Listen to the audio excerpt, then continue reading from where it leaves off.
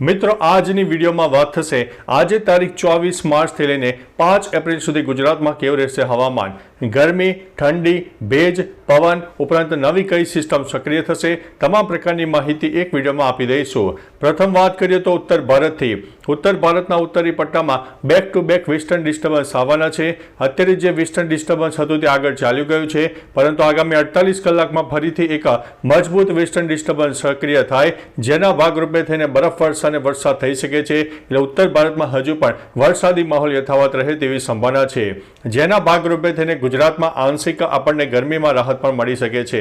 બીજી તરફ મિત્રો બંગાળની ખાડી અને અરબી સમુદ્ર પણ આગામી 2 દિવસમાં વધુ એક્ટિવ થાય, જેના ભાગરૂપે થઈને તારીખ 26 માર્ચથી લઈને 5 એપ્રિલ સુધીમાં ગુજરાતમાં વાતાવરણમાં પલટો આવે અને કોઈ વિસ્તારમાં છૂટોછવાયો કમોસમી વરસાદ પણ થઈ શકે તેવી સંભાવના છે।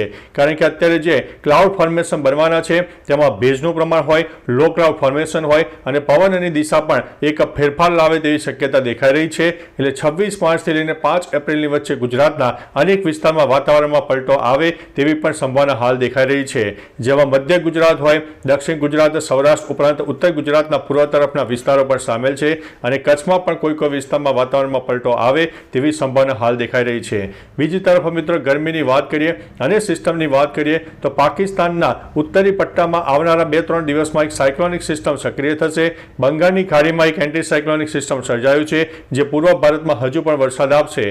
ગરમીની વાત કરીએ તો ગુજરાતમાં મહત્તમ તાપમાન આજે તારીખ 24 માર્ચ અને આગામી 48 કલાકમાં વધુ રહે તેવી સંભાવના છે, જેમાં 36 થી લઈને 41 ડિગ્રી સુધી મહત્તમ તાપમાન પહોંચી જાય તેવી સંભાવના દેખાઈ રહી છે।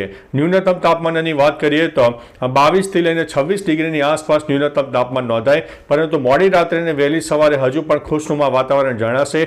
કોઈ વિસ્તારમાં હજુ પણ ઠંડીનો અહેસાસ થશે અને કોઈ વિસ્તારમાં સામાન્ય ધુમ્મસ જોવા પણ મળી શકે તેવી સંભાવના છે। એટલે મિત્રો આ માર્ચ મહિનો ચોક્કસથી આપણને એક કહી શકાય કે કાળઝાળ ગરમીમાં સામાન્ય રાહત આપી શકે છે, કારણ કે back to back western disturbance સક્રિય થવાના છે, જેની અસર 5 એપ્રિલ સુધી જોવા મળનારી છે। વાત કરીએ તો પ્રદૂષણની, એર ક્વોલિટી ઇન્ડેક્સ આજ રોજ અંદાજિત 90 થી લઈને 170ની વચ્ચે રહે તેવી સંભાવના છે। એટલે હવામાં પ્રદૂષણની માત્રા વધારે થાય તેવી પણ શક્યતા છે, એટલે થોડા સાવચેત રહેજો, એલર્ટ રહેજો। પવનની વાત કરીએ તો મહત્તમમાં પવનની જે ગતિ છે 15 કિલોમીટર પ્રતિ કલાકની ઝડપે ફૂંકાય, જ્યારે કચ્છ, સૌરાષ્ટ્ર અને દક્ષિણ ગુજરાતના દરિયાઈ પટ્ટી વિસ્તારમાં 25 કિલોમીટર પ્રતિ કલાકની ઝડપે પવન પણ ફૂંકાય તેવી સંભાવના છે। મિત્રો આ વખતે વાતાવરણમાં પલટો હોય, થોડું પવનનું પ્રમાણ હોય, જેથી કેરીના પાકને થોડું નુકસાન પણ થયું છે। એટલે કેરીની જે આવક છે તેમાં નોંધપાત્ર સામાન્ય ઘટાડો થાય તેવી પણ સંભાવના હાલ દેખાઈ રહી છે।